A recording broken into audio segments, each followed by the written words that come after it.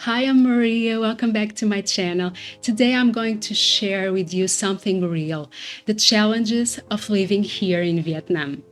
I need to start with one of the biggest challenge for me, the language.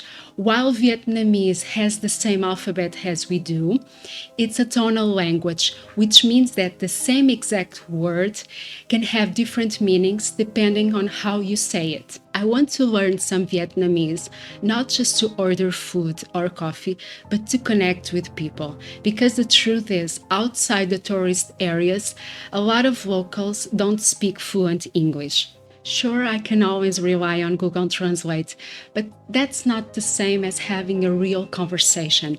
And I realize that some Vietnamese don't feel really comfortable talking to me because not knowing the language brings a big barrier between us, and it is even more difficult to daily tasks, which brings me to the next challenge. House hunting here was harder than I expected because online Da Nang has a lot of options and it seems that they are good options, but in person I saw a lot of apartments with problems like pipe smells, damp walls, mold. My first months here in Da Nang during the rainy season, I decided to live in a hotel because it felt more comfortable and cleaner. In Thailand, this wasn't an issue. Here, it's a real challenge.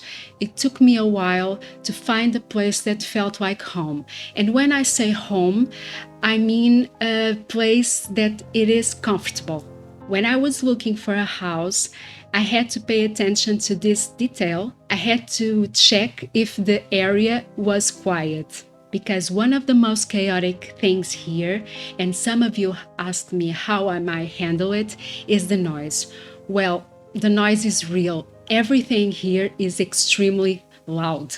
It's the noise of construction, the motorbikes honking, the street vendors, everything so loud and constant. In Lisbon, I thought that the noise was bad, but here it's the next level. I've become a pro in sleeping with earplugs because a silent street is really rare. But here's something interesting. While the streets are really loud, the public spaces like supermarkets or even the beach, when they are crowded, they are weirdly quiet compared to Portugal. Speaking of noise, I need to talk about the motorbikes because they are everywhere. Crossing the road here, it's a real challenge because there are crosswalks, but they are not respected unless the traffic lights are working. Otherwise, motorbikes don't stop. They just pass by and go around you. And sidewalks, they exist, but mostly for motorbikes to park on.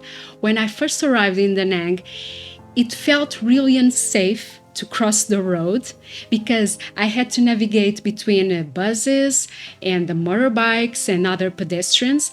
That feels really chaotic and unsafe. I'm adjusting, but sometimes it's still a real challenge for me. But the chaos isn't just loud. Back in Portugal, I recycled every day. It was a normal part of my routine. I always carried with me a reusable bag and a bottle. Here, it's been an adjustment because plastic is everywhere. Even the relationship with waste is different. I see a lot of garbage on the street in some parts of the city. You might think that dealing with the animals would be the easiest part, but no. The pet culture here is so different because the dogs are either working dogs or are treated like kings and queens. I've seen more dog strollers here than in my entire life. The hardest part is understanding the local dogs because back home I was always surrounded by dogs and I could tell if they were friendly or not. Here, the dog's body language is really unpredictable. Some avoid eye contact, others randomly start barking, think that some of them are really afraid of people. Sometimes I find a friendly one and I can't resist giving it a little love. But the real test here is the weather. The sun is brutal, is really beautiful, but the humidity is so intense. It's like living in a daily sauna. I'm sweaty all the time. even when I'm not doing much. I need to get up early in the morning, go outside, stay in the peak heat, and then go outside again late in the afternoon when it's cooler. With this weather, you have the mosquitoes. In some parts of Thailand, for example, you really need to use repellent. Here, it's not so bad, but they are still around. Then there are the ones that I love, the geckos. I know they are really useful for the environment, but I'm still not comfortable around them, especially when they start walking really fast.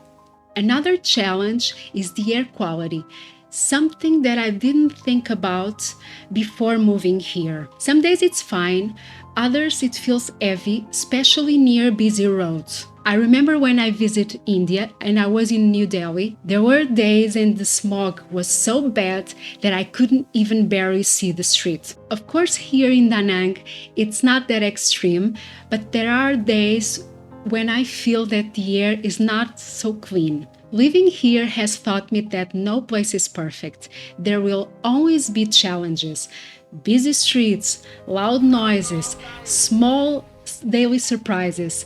I'm not the same person who arrived here months ago. And maybe that's the whole point, not just live, but become someone else new and see things in a new and fresh perspective. Thank you for listening. I'll see you soon.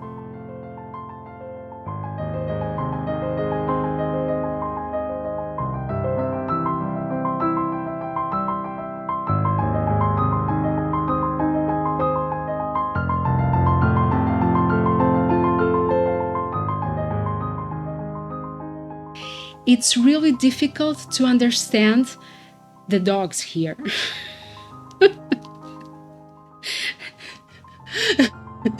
Cães, não é? Porque uau, uau, uau.